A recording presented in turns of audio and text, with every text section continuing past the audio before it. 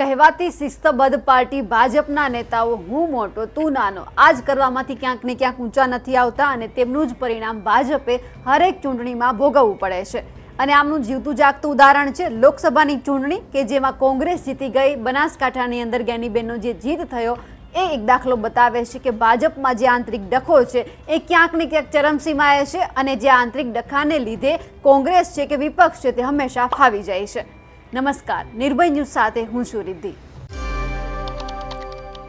કોંગ્રેસ લોકસભાની અંદર જીતી તેનું સૌથી મોટું કારણ છે ભાજપનો આંતરિક ડખો, આવું નિષ્ણાંતોનું માનવું છે। કારણ કે કોંગ્રેસની અંદર અત્યારે એકજૂટતા આપણને જોવા મળે છે અને એ જ એકજૂટતા અત્યારે આપણને ભાજપમાં નથી જોવા મળતી। કારણ કે ભાજપની અંદર અત્યારે ધીમે ધીમે જે આંતરિક ડખો છે તે સામે આવી રહ્યો છે અને સૌથી મોટું જો આ વખતે ઘર્ષણ હોય તો એ છે રબારી સમાજનું। એક જ સમાજના બે દિગ્ગજ નેતાઓ વચ્ચે જે વર્ષોથી ડખો ચાલી રહ્યો છે તેના જ કારણે સમાજના ફાંટા પડ્યા અને કોંગ્રેસ આ વખતે લોકસભાની અંદર જીતી ગયું।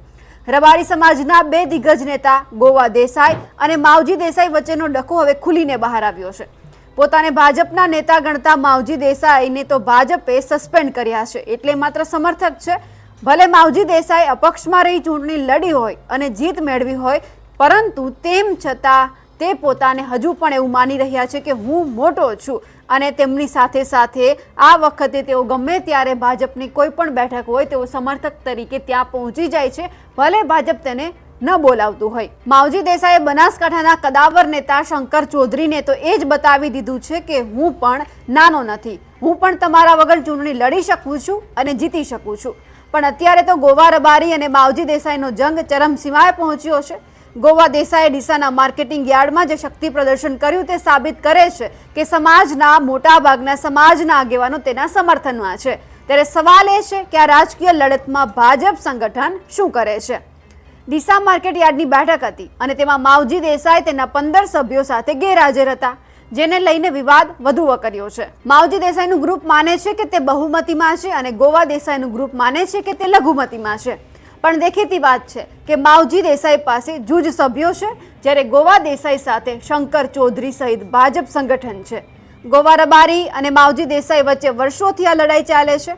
ગોવા રબારી જ્યારે ડીસા માર્કેટ યાર્ડના ચેરમેન હતા અને તેઓ ત્યારે કોંગ્રેસના પાર્ટીના હોદ્દેદાર હતા, પરંતુ કંઈક વિવાદ વકરતા ગોવા રબારીએ ડીસા એપીએમસીના ચેરમેન પદેથી રાતોરાત રાજીનામું આપ્યું અને ત્યારે ભાજપની સરકાર હતી, એટલે ભાજપે રાતોરાત માવજી દેસાઈને એ પદ સોંપી દીધું। ભાજપ જાણતી હતી કે રબારી સમાજ ત્યારે ગોવા રબારીના સમર્થનમાં હતી, એટલે આ રબારી સમાજને જો ભાજપે પોતાના તરફ કરવો હોય તો એ માટે માવજી દેસાઈને આપણે આગળ લાવવા પડશે અને તેમણે ભાજપે માવજી દેસાઈનો ભરપૂર ઉપયોગ કર્યો। માવજી દેસાઈને તો એ સમયે ફક્ત સત્તા દેખાતી હતી, એટલે તેમણે જે થતું હતું તે થવા દીધું અને સમય જતા માવજી દેસાઈ શંકર ચૌધરીના ખાસ બની ગયા।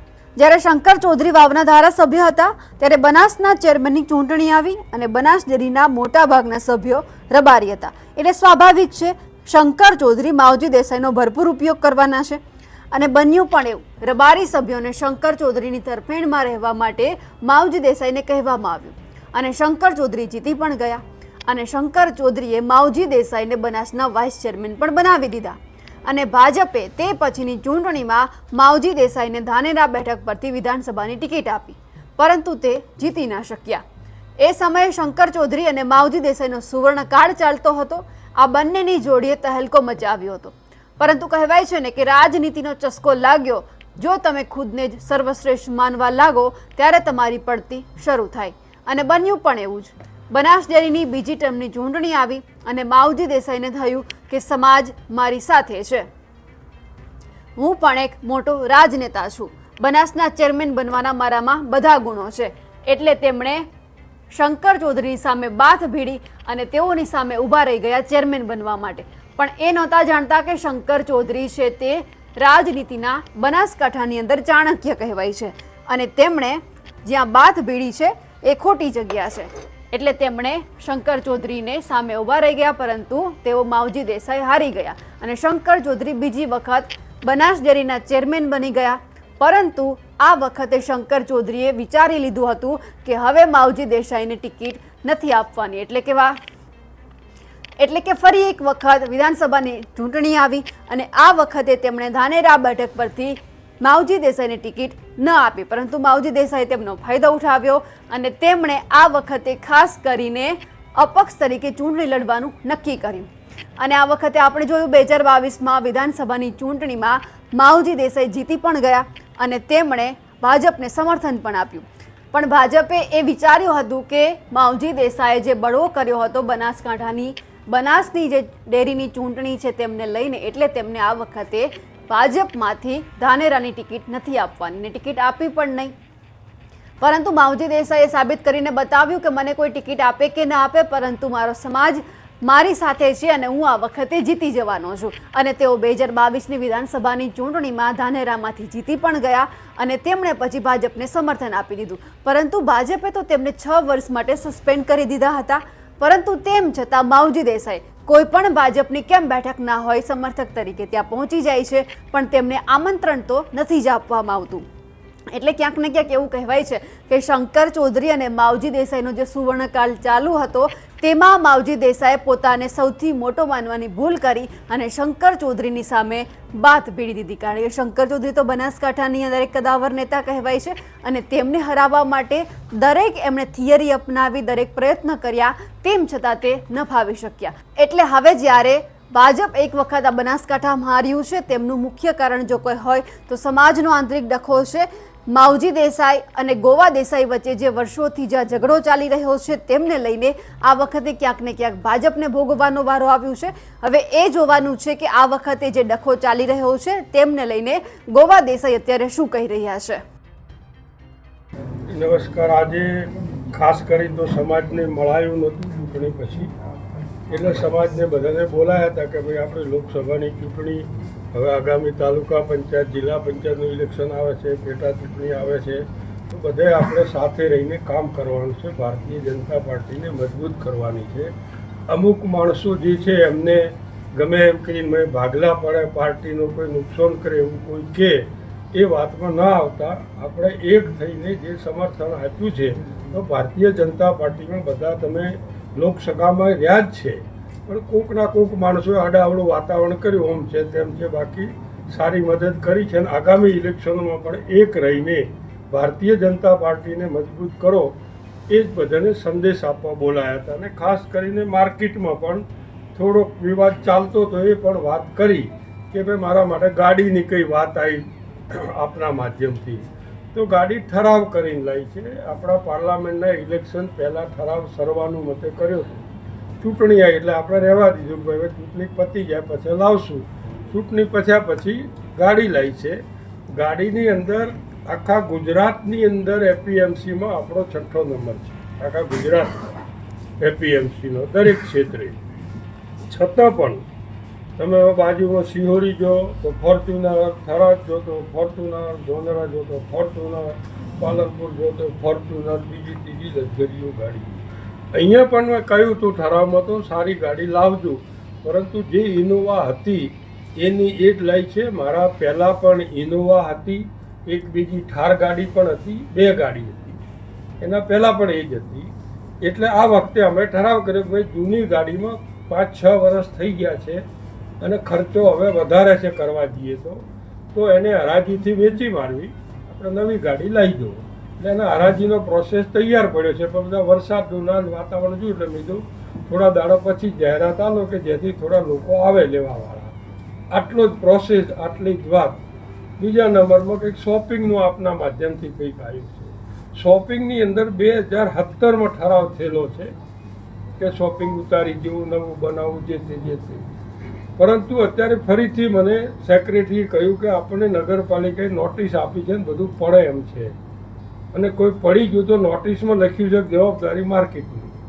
તો મેં કોઈ એજન્ડા લઈને ઠરાવ કરો નવેસરથી.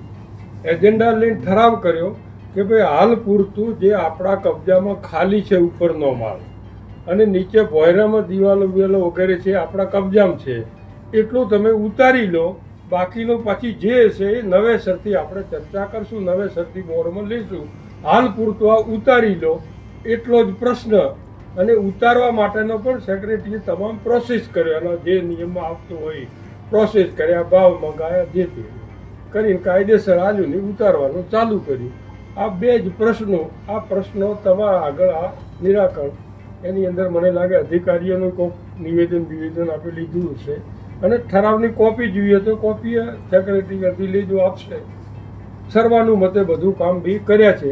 આના સિવાય બીજો કોઈ પ્રશ્ન હવે એ તો વિરોધ શું છે હવે એ તો કે તો ખબર પડે. આ બે મુદ્દા હતા મેં વાત કરી એમાં બધા જ ભારતીય જનતા પાર્ટીના મેન્ડેટ પર હું ને એ બધા જ મેન્ડેટ પર છીએ. પાર્ટીના આદેશથી ડિરેક્ટર ચૂંટણા છે. હું નહોતો તો પછી હું પાર્ટીમાં સર્વસંમતિથી સમાજના બધા ઠેકેદારોના સંમતિથી અંદર આવ્યો અને પાર્ટીએ કહ્યું કારણ કે માવજીભાઈ 2 ટર્મ રહેલા હતા એટલે ચેરમેન ન થઈ શકે. હું વળું તો હું ન રહી શકું. નવા કાયદામાં 2 ટર્મ ચેરમેન રહ્યા હોય, ત્રીજી ટર્મ ન રહી શકે. એટલે પાર્ટી કહ્યું કે તમે આ જવાબદારી સંભાળો. તો એ હું જવાબદારી સંભાળું. બધા મેમ્બરો બીજા બધા જ કોઈ દાડો કોઈ વિવાદ મગજમારી થયો નથી. હવે બાબુભાઈને માવજીભાઈને કોઈ તકલીફ હોય અને મેમ્બરોને બોલાય ના પાડ્યો હોય એવા મને સમાચાર મળ્યા કે એમણે ના પાડ્યો, મિટિંગમાં ન જતા. એ મિટિંગ મોકૂફ રાખી મારે થોડું બહાર જવાનું એટલે મેં હું આવીને પછી ફોન કર્યો સેક્રેટરી તો ભાઈ બધાને કહી દો આજની મિટિંગ મોકૂફ. અને એ સભ્યએ એને પૂછ્યું કે એ બે ના પાડ્યો છે. અમુક સભ્યએ વાત કરી કે એમણે ના પાડ્યો છે. કીધું કંઈ વાંધો નહીં, આપણે તો પાર્ટીના માણસો છીએ, બધા પાર્ટીના આદેશથી બેઠા છીએ. અહીંયા ખેડૂતની સંસ્થા છે, ખેડૂતનું ક્યાંય અહિત ન થાય, માર્કેટને ક્યાંય નુકસાન ન થાય અને પાર્ટીને ક્યાંય પણ લૂછણ ન લાગે એ જવાબદારી આપણા સૌની છે ને વિશેષ મારી છે. એટલામાં આપણે આપણા બધા એ રીતે સારું કામ કરો. સાહેબ, આજે સમાજ સાથેની બેઠક બાદ એપીએમસીને લઈને કોઈ નિર્ણય લેવામાં આવ્યો નથી? એપીએમસીમાં તો નિર્ણય કોઈ લીધો નથી. સમાજને વાત કરી કે ભાઈ તમે બધા સંમતિથી જોડાયા હતા, સંમતિથી રહેશો. આગામી ઇલેક્શનમાં તમે બધા સાથે રહેવાના હો તો ન રહેવાના હો તો મારે કોઈ રહેવું નથી. સાહેબ તમે બધા સમાજ આખો છે, મારા સમર્થકો છે, સમાજ છે, એ બધા હાથે રહો. તો હું રકી એકલો શું કરો એટલે એકે અવાજે કીધું કે અમે પાર્ટી સાથે છીએ. આગામી ઇલેક્શનોની અંદર પણ સમગ્ર જિલ્લો તમારી સાથે છે અને પાર્ટીને ભારતીય જનતા પાર્ટીને મજબૂત કરવા માટે પૂરેપૂરી અમારી તાકાત.